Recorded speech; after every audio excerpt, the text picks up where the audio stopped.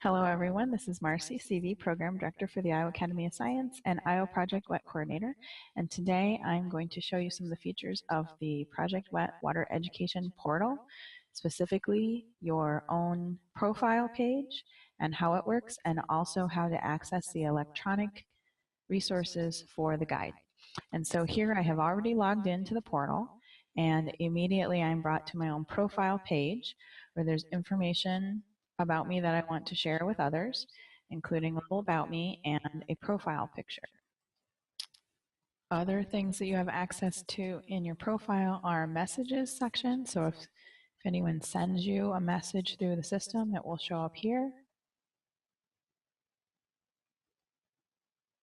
The My Stuff section, you're able to favorite people, and you're able to favorite groups, and I believe you're also able to favorite guide activities. So if there's a specific group that you're involved with, you can favorite it, and then rather than having to sift through all the groups to access it, you can just go to your My Stuff, and the link to it is right there. And you're also able to follow some discussion topics, and I have chosen not to do that because I have the link to all the discussion topics for my group that I care about right here at Pre-Service Educators link. So that is the overview of the profile.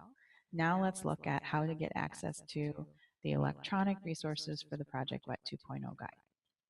So I'm going to click on Guide 2.0, and immediately I get an overview and a picture of that guide. If you are not a state coordinator or sponsor of WET, you won't have the Buy Now button right there, but you will see a picture of the guide. And then click on the Activities tab, and I have an alphabetical listing of all the activities in the Project WET Guidebook.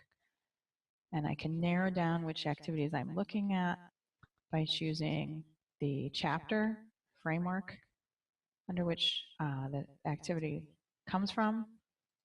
Also, I can narrow it down by subject. Let's say I just want to look at earth science, and I'm really interested in middle school activities. And so that this would be a list of just those activities which fit that criteria. And let's take a closer look at an activity by looking at Incredible Journey. You can see here that a lot of the information that's on the first page of the activity in the guidebook is also on this page for the activity. The objectives, a list of materials, so you could easily copy and paste this into another document and print it so you had a list of the materials that you needed. Also links to downloadable materials for that activity if there are any are there. And then most of the information that's in the box on the left side of the first page of the activity is actually on the right side here of the portal page. You could rate the activity, say, I think that activity is awesome. And you can also download and print the copy pages in grayscale and in color. This is a feature that I especially like because my copy machine does not reprint the color pages very well, so I choose gray and then they turn out wonderful. Some of the other tabs. Resources has a list of guidebooks and other things for teachers, so teacher resources. Also, if any PowerPoints or Excel files or videos have been uploaded for this activity, they'll be in technology tools. You see this one doesn't have that, but others will. And all the glossary words for the activity are also under resources. I'm going to skip from resources over to Reading Corner, because where the teacher resources are books related to the activity for educators, the Reading Corner are books related to the activity for students. So these would be books that you might want to have in your classroom for students to read while they're doing the activity or before or after.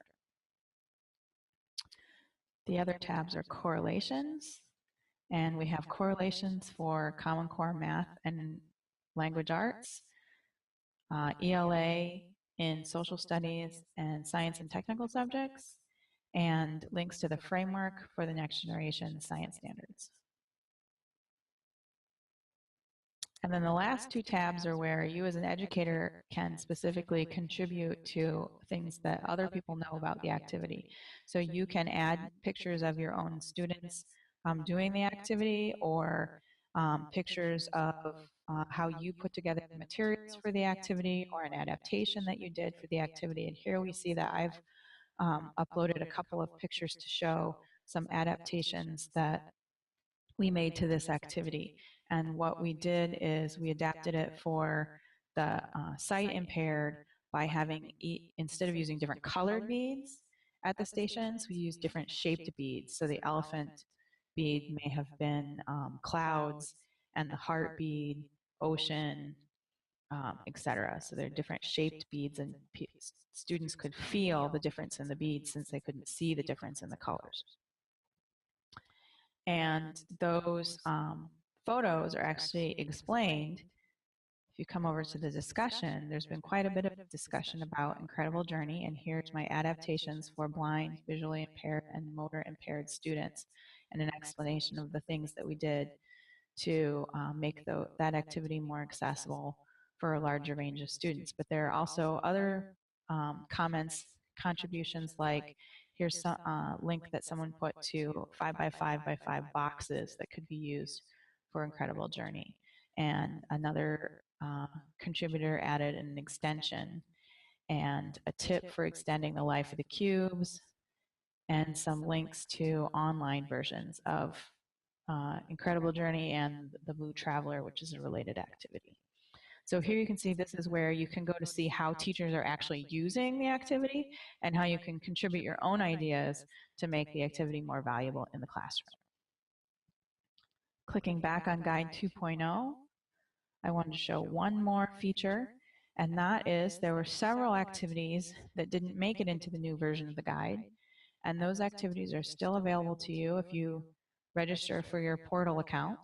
Right here in Guide 1.0 activities are all the ones that didn't make it into the new version of the guide, and this is one of my very favorites, Cold Cache in the Icebox.